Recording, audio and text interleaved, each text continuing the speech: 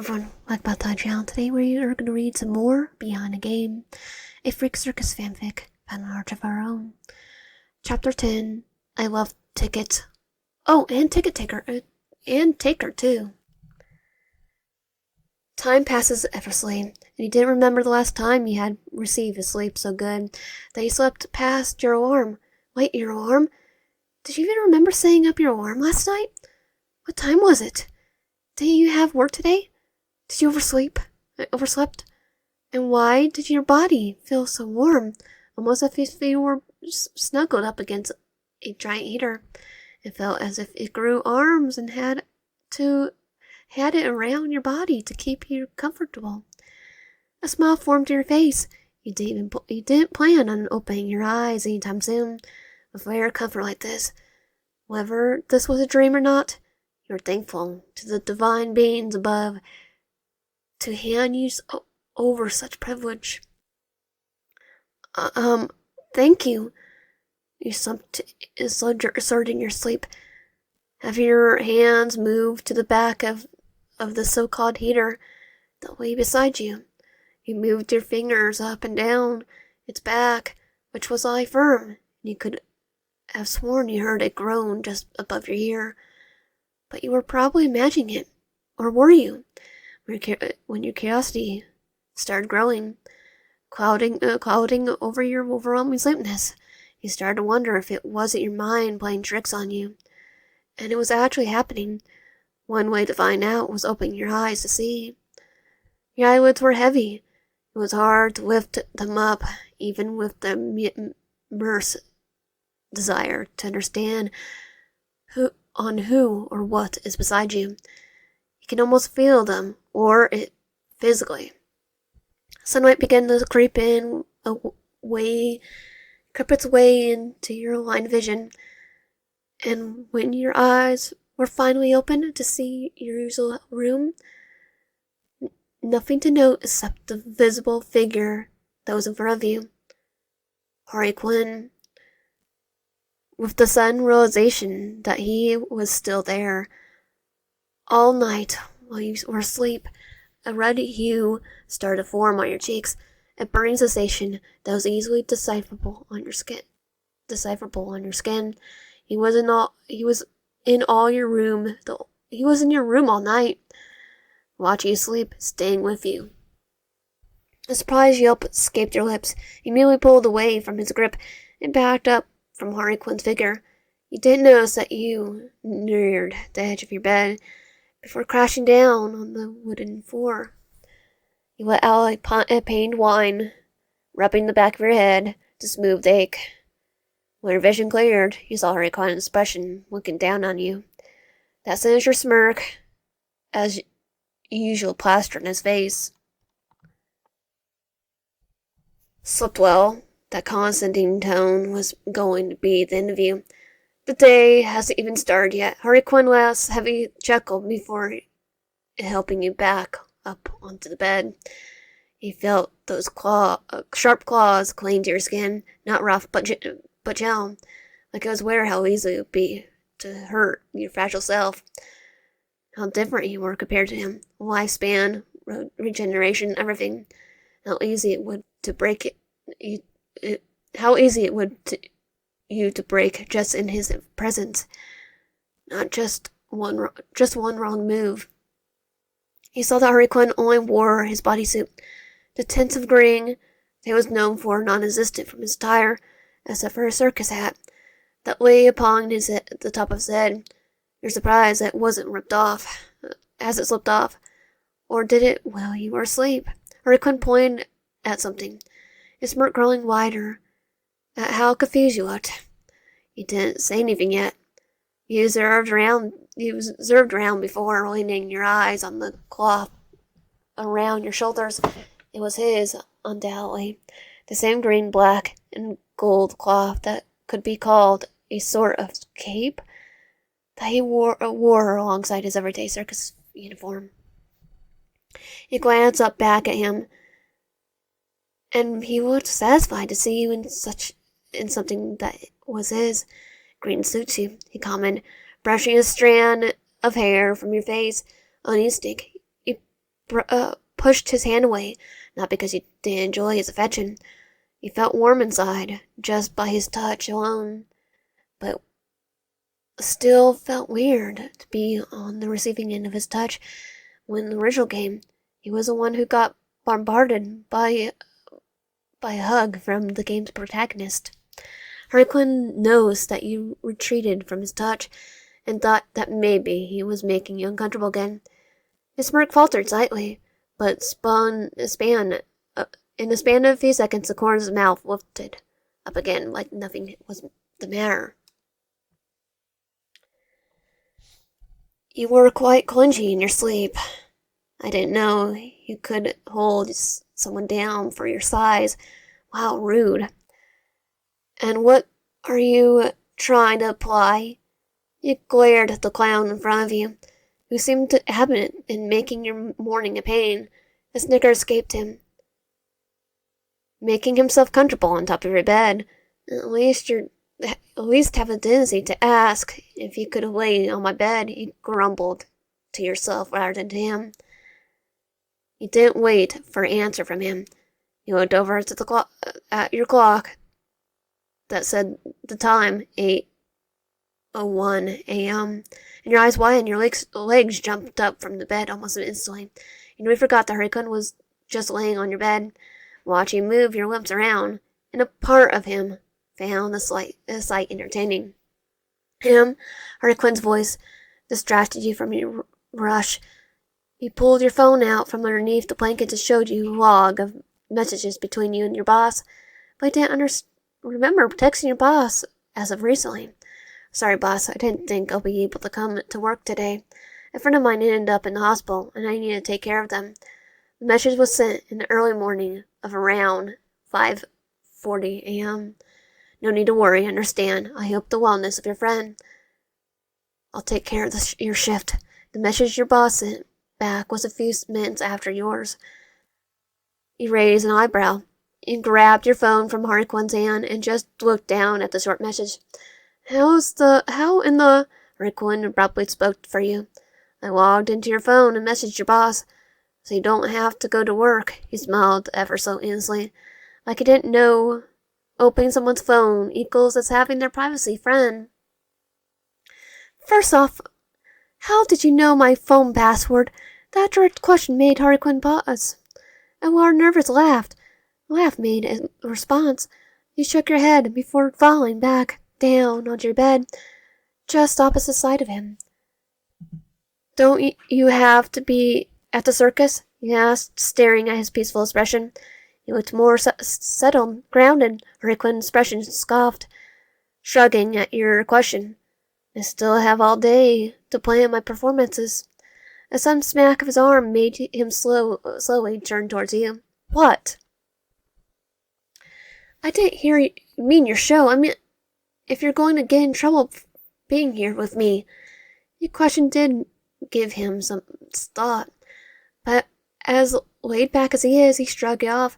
Jester, the leader of the circus, will definitely be angered by my disappearance, but doesn't take him long to go off the grudge, at least towards his own. Harlequin explained, and you nod. Jester, of course, he cared for his crew. Otherwise, why would he do so much to keep himself and others safe? The thought that they were so knitted together made you smile, but another thought that Jester was probably out to kill you in some ways made you feel many discomforts.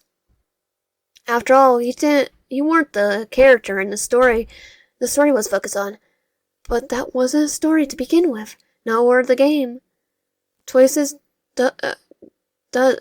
do matter on your end. And how do you choose to proceed is entirely on you, not the players. Speak of the player, you need to visit them this morning. Since Harlequin just did a favor for you, you might as well take it for granted. On one hand, how did Harlequin know that the player is in the hospital? He thought that the reason he gave to your boss that you weren't able to be present at work was because you needed to go to the hospital to take care of your friend was something you pulled out of nowhere, but it was too much of a coincidence. You turn your head over to Harley Quinn again. The action felt like you've done it 100th time this morning. This clown will always surprise you, and next time will be more outlandish than the other. This time you choose not to address what you were thinking, since who knows? If you ask too many questions, what is holding him back from just killing you on the spot and leaving no traces of your dead body? Exactly nothing. So you decide to shut your trap for now. You slowly took off the cape that hung above your shoulders and tossed it back up to him, not aggressively. I have stuff to do, and I think you might, too, he commented, looking around your closet for appropriate and comfortable clothing to wear.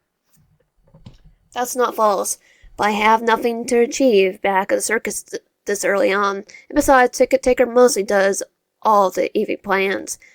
That was a small detail. You were able to confirm a few things from what you heard back at your own world. You remember hearing from a Q&A that Ticket Taker is indeed the one responsible for the shows that were to happen in the evening. So that means you're able to rely on your real world information, or at least until you're able to confirm the others. Well, what I'm going to do is probably going to be more boring. As much as you adore Harley Quinn as a character, you need some time to think about the whole predicament, and also including taking care of the sick player. You've been worrying about them. The feeling of dread still had not left your chest. You went to your closet and grabbed a few comfortable clothing to go out with as Harley Quinn watched you closely, contemplating his next words. As he watched you get ready, you entered your bathroom and let out a sigh. You stared at yourself through the glass of the top of your sink. Harley Quinn is in my bedroom, laying down on my bed. Does the clown have no dignity? You shuffled your hair in frustration, but the feeling was quickly drowned down when you realized that you needed to get to the hospital. You could feel irritated towards Harley Quinn later. He had other priorities on the other hand. Without wasting another second, you go into the shower and wash yourself, making sure that your body and mind would be prepared for whatever that the universe had prepared for you, because it seems that it was out to get you. First, they sent you to a foreign world that you knew little of, except for the characters, that they decided to throw some unexpected events into the cauldron and expects you to deal with it using an iron fist. Yeah, right. You took your time cleaning your body before exiting and drying yourself up and wearing your attire after you were sure that there was no more water trickling down your skin. When you left your bathroom, you noticed that Harley Quinn was nowhere in your bedroom. You walked around your room to notice that your balcony door was wide open. Your eyes dropped, annoyed they didn't bother closing the door on his way out. You went to the door and closed it, making sure to lock it for extra measures. A sigh escapes your lips before preparing your bag to leave. Your eyes land on the two pens that were on your bedside table. The one Harley Quinn gave you last night and the unknown purple pen. Your free will told you that you should wear both. If anything were to happen based on your minor choice, you could just say that the voices convinced you to do so, and that wasn't your fault. You ordered an Uber. By the time you were getting down the elevator, thankfully you just had to wait less than 10 minutes for the driver to reach your destination. The two colorful pins glistened under the sun, resting on your shirt collar like a prideful reminder of your survival. An achievement you weren't sure if you should be happy about achieving it in the first place. In good time, your Uber arrived swiftly, and you got in, asking them to drive you to the hospital that the player was resting at. As the vehicle's engine roared and started to move, your mind drifted back to Harley Quinn. Oddly enough, You were wondering why Harley Quinn was fascinated by you. Was it the same case for Pyrot with the player? Were you just somewhat kind to him and he suddenly got obsessive? But then again, this isn't like Harley Quinn's character. You have thought about this several times. Heck, even acknowledged it early on, but you didn't know them at all, not in the slightest, not even after hours of research, to understand their characteristics and personalities. No amount of vast knowledge would make you understand them truly, not like this at least. If you needed to understand them, you needed to get close to them. But would you truly risk your one and limited life for the sake of information? Well, there's a saying that goes, poking the bear, and the curiosity kills the cat. And no doubt, you were going to combine the two together. After reaching the hospital, he paid the driver while thanking them for their assistance. Thanking someone really made your day. It was an odd sense of pleasure. He wasted no further time getting inside, talking to the receptionist about your visit. He waited for them to make a quick search for your profile and make sure that you were indeed the one who visited last night, and then they permitted you to go. Thankfully, the player's room was on the first floor, on the other section of the building, so no more elevator trips for you today, at least for a little while. Made sure of the room number before letting yourself in. There you saw the player laying on the bed, motionless. You grew worried, thinking that maybe they haven't woken up since the night you helped them. But when the door slightly shut behind you, the player's eyes moved open, and you sighed to leave. Hey, your voice was quiet, soft, and the last thing you wanted to do was scare them half to death after what just happened to them. The eyes of the player glanced over to you, and they seemed off-putting.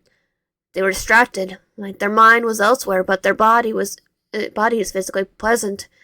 At first, you just thought that maybe they were a little out of it, due to the drugs that were probably running through inside their veins, but it still felt weird. The player simply stared at you, blinked a few times, then nodding, like they were acknowledging you.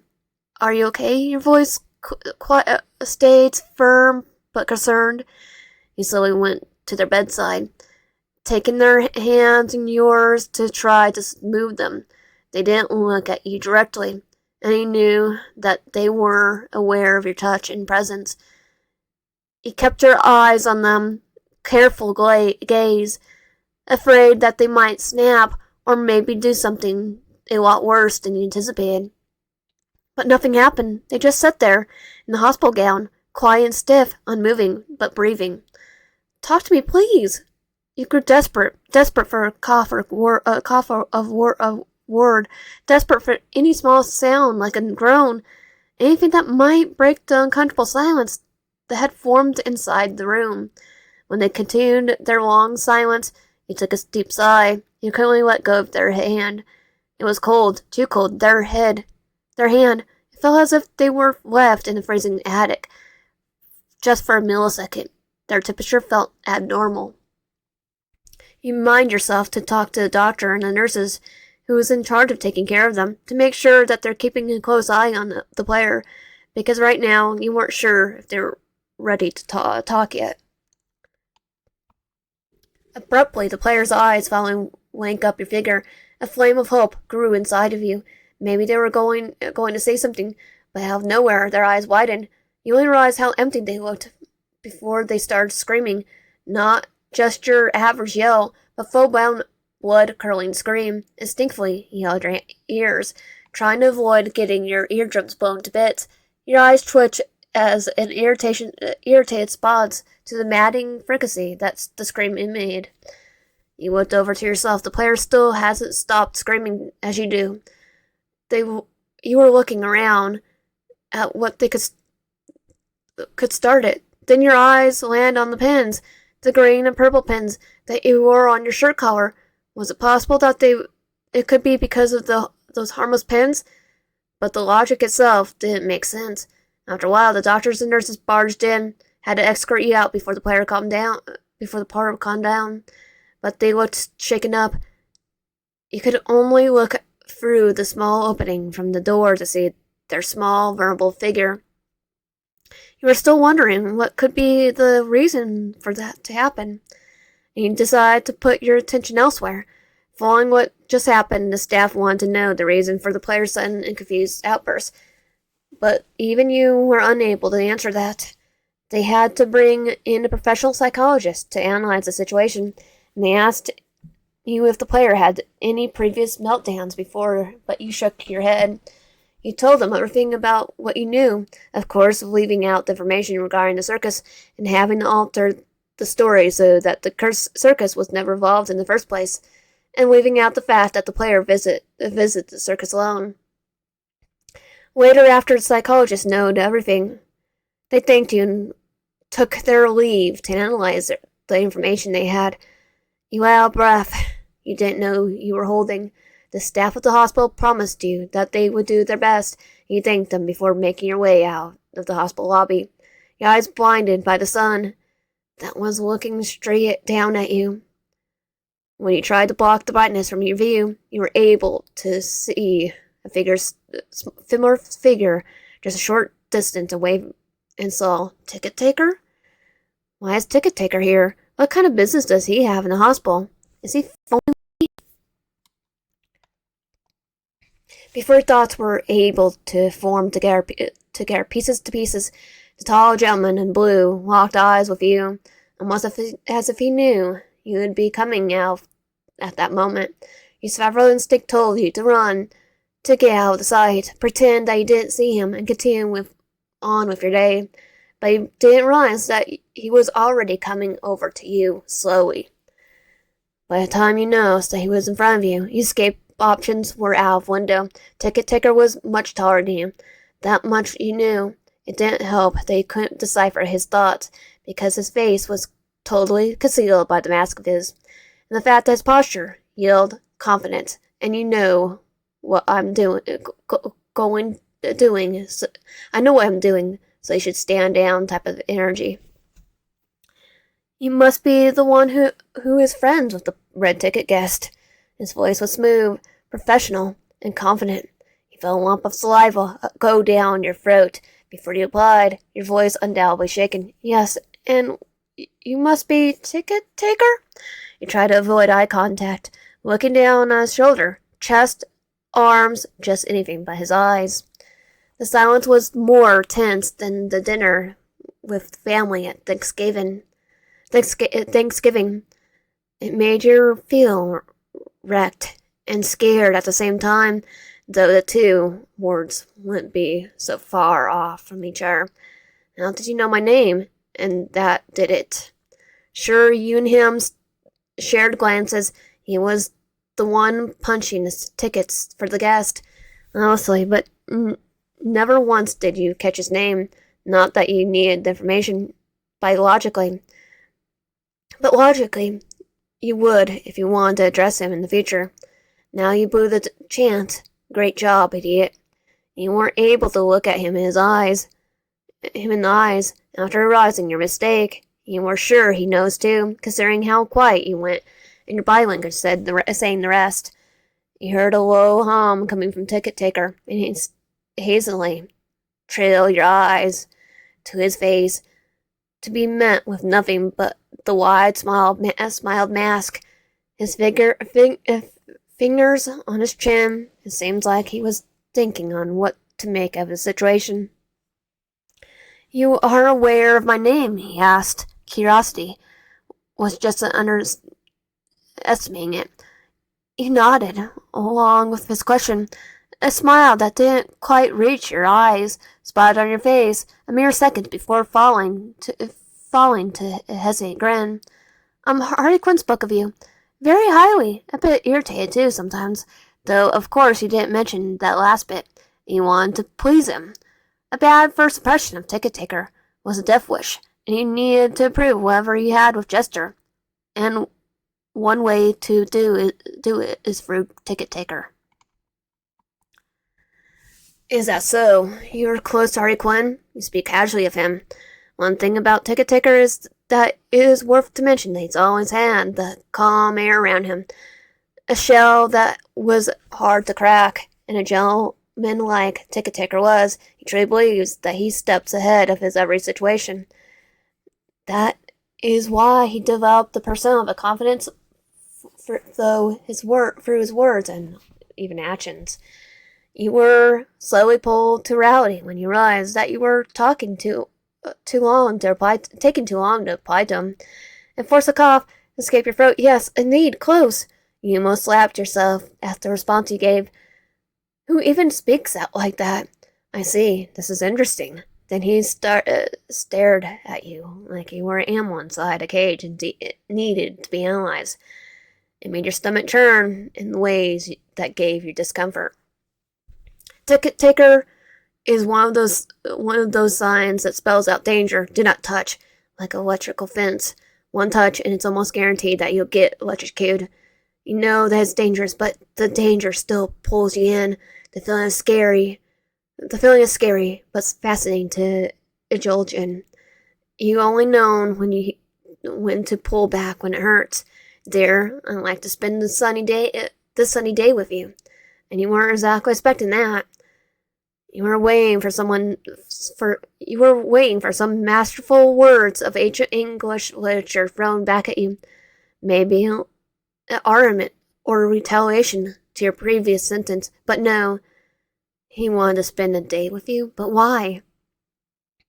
Though part of you wasn't exactly complaining, the other part of you, the logical side, told you this was a trap to lure you in, then capture you, and then they'll eat you roasted body under a campfire. Maybe that isn't too far off. Whenever you're being too cautious or paranoid, or whatever, was entirely your fault. You were being asked on a date by a murderous individual who could have you for dinner whenever time they won, and his strength compared to yours is a fair ratio. But I have a choice, not exactly. Now, that just sums up everything for you. Well, okay, he shrugged. Where are we going, sir? Begging for mercy wasn't your forte, and dying is definitely off the table, too. Your best course of action is to accept the situation unfolding. Either it be your best decision ever, or you end up screwed, and it is entirely up your fate. Ticket Taker was surprised by your cooperation, but definitely did make his job a whole lot easier, so he nodded. Confidence indeed one of the things he enjoyed after all. Obedience is one of the things he enjoyed after all. Shall we have a look around? I haven't gotten the chance to fully appreciate the sound. If you don't know any better, you would have thought he was a fine gentleman, good with his words and polite, but lucky for you, you knew that he was what he was underneath all that nice guy persona. Or at least, you'd think you do. Ticket Taker started walking, not waiting for you to respond back to him.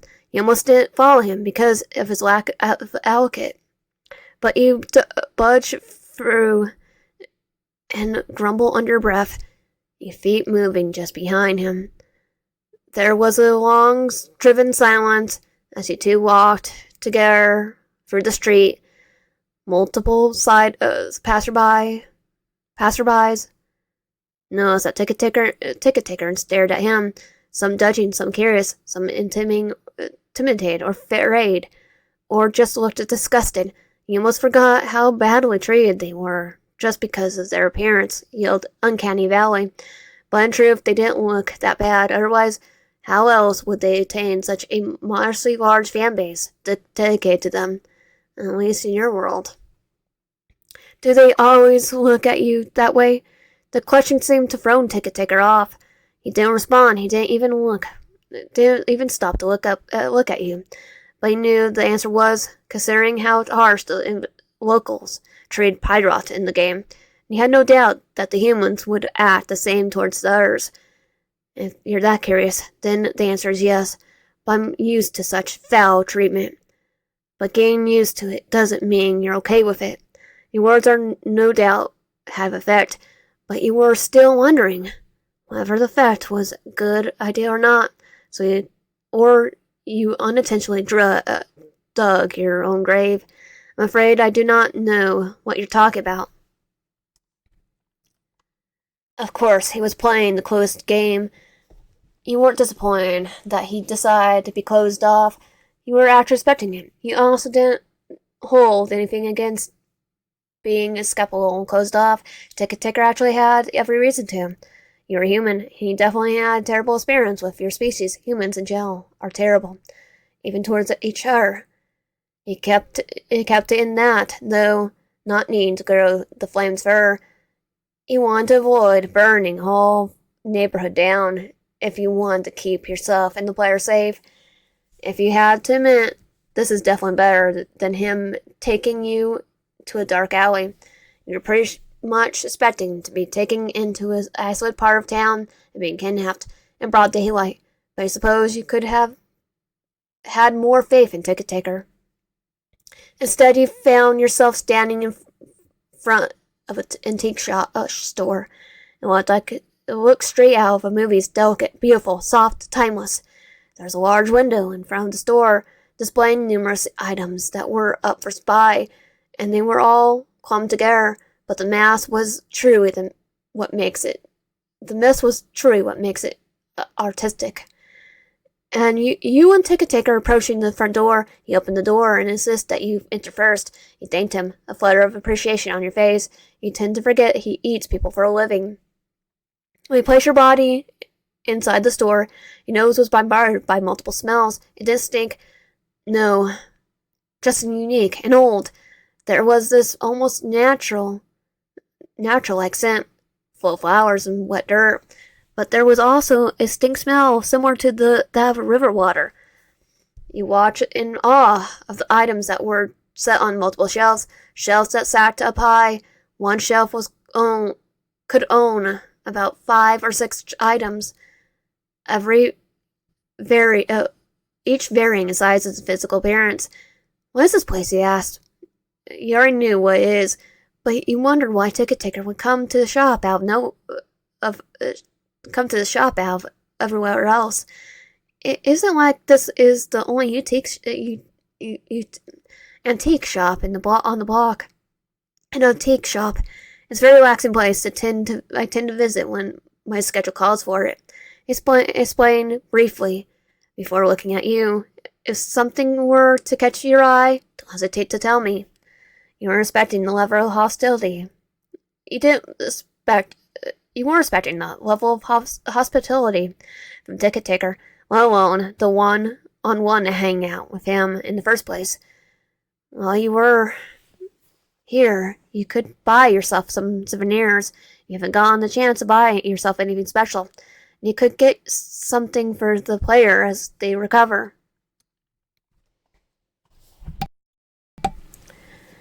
A new directive in your mind. You begin to look around the space. There wasn't exactly a room to walk in. It was uncomfortably cramped, and every little touch on the shoulders is a risk of something breaking. You weren't one to go looking at stores such as Fred. Looking once or twice, but definitely still an interesting experience. The shop has a dozen items you could think of. Old books covered in dust, pieces of artwork, jewelry that was the size of your finger, glassware, oak furniture, lots of them, and Electra. To say that they owned a lot of stuff was underestimating it. You were sure that these items are pretty old, or came from other parts of the world, or maybe passed down from generations, so one could only know so much. Your eyes slowly landed on a vase, a rather tall one. The vase has beautiful marbling, and its shine on your reflection. You wondered if you could buy this decoration for your apartment to decorate your apartment more. But then again, a vase like this would only match an environment such as modern mansions, not your messy apartment. They could consider it for now. You were thinking of what could the player potentially like in this messy pile. But everything was so overwhelming due to the excessive amount of items that were available to sell. That was when you eyes dragged onto Ticket Taker, who was holding a rather large book in his gloved hands. Without saying anything, you looked over from his back to see the writing was in a language that you weren't familiar with. Brazilian? Oh, that was right. The circus members originated from Brazil. It would be no doubt that they knew the language and many others. Then you suddenly realized that you could prove the information to be factual from the actual world. That could prove useful. What's that? Your voice didn't seem to startle Ticket Taker, as he knew who you were all along, before you even made your presence obvious. It's our old book. I've been meaning to buy. I don't have a reason to for it until recently. There's no vague or mysterious at all. It's not vague or mysterious at all. Your eyebrows raised in skepticism and confusion. Like what reason? He asked, like expecting a direct answer. But of course he didn't answer you. I mean, he had every right to. You were practically a stranger to him, even if you knew him, or at least you think you did. Curious one, aren't you? He directed the question back at you, but didn't seem like the question he was expecting an answer for, because his eyes landed back onto the writing. Of course, you weren't able to read it, though you wished you could. Are you not buying anything? He shifted the conversation topic. Not now. His eyes onto you. Well, you think it was? Nope, nothing really appealed to me. But I suppose I'll have to look later when I pass through the spot again. He spoke with a polite smile. He definitely didn't want to tell him. It was because you were indecisive, and that alone could kill you. He nodded, seemingly understanding that you meant what you meant before he walked over to the cashier counter where Sarah was sitting. You were wondering if that was the owner or not, but who could willingly work in an antique store? Well, you suppose there were people who could do just that. After he brought the book, he nodded over at you before falling behind him to the exit. It was exactly the first hangout you were expecting with Ticket Taker, but at least you got a chance to, am I right? Thank you for spending your time with me, truly. So, what was it? Just going to the antique store with someone who owns MERS tendencies and his stomach capacity to swallow you whole? But you would, no hesitation. He didn't even notice that you were rubbing your fingers together out of habit. Ticket Taker took observation for this, tilting his head with obvious novelty. You seemed nervous. Do I bring that out in you? His question brought you more unease, but not the type where you wish to dig yourself a hole and hide in there for eternity, but unease that filled your Angelian. To be truthful, this is our first proper introduction, or meeting, sort of. So I guess I have every right to be nervous. His smile was crooked, but it was too late to change their facial expression.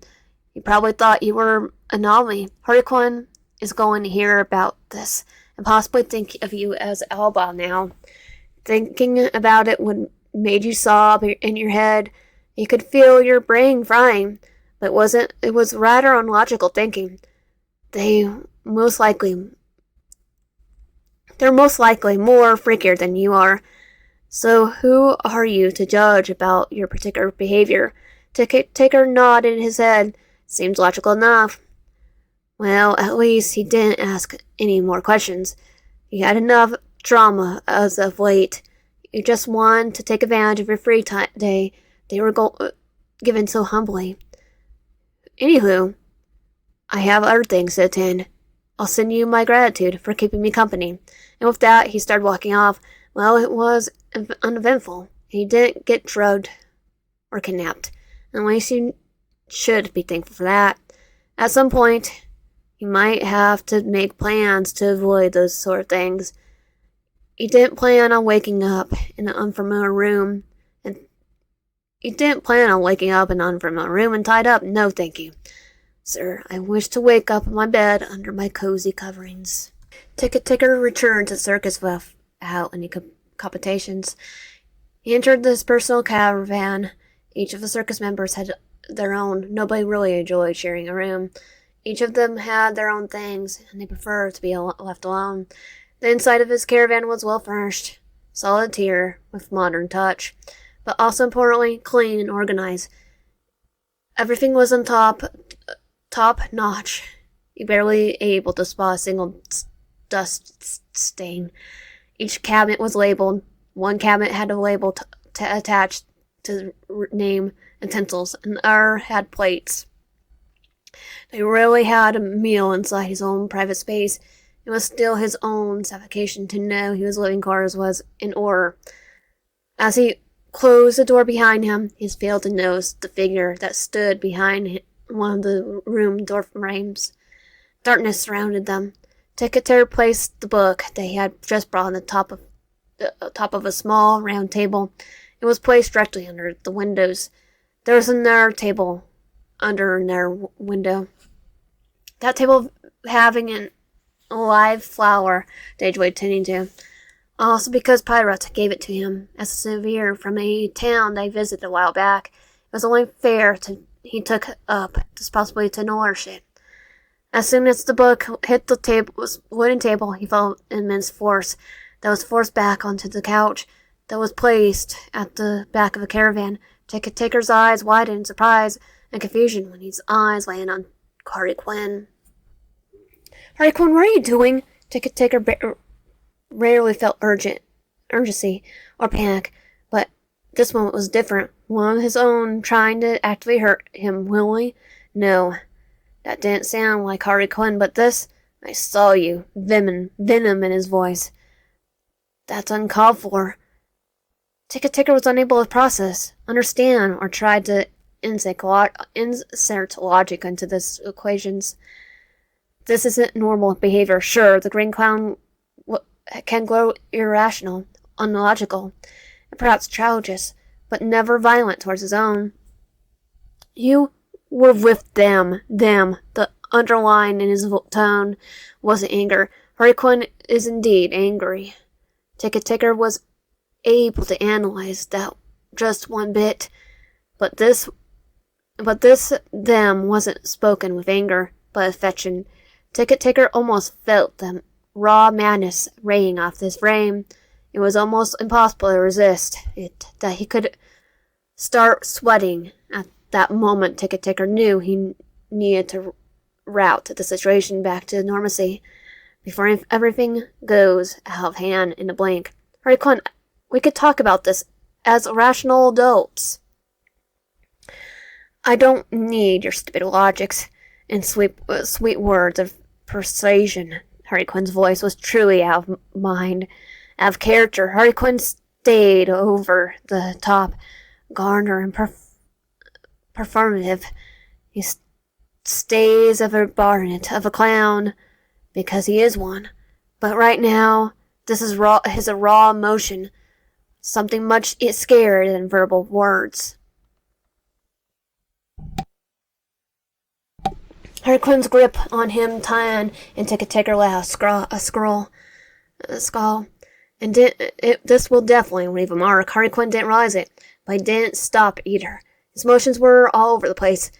Even he knew how immature he was being right now.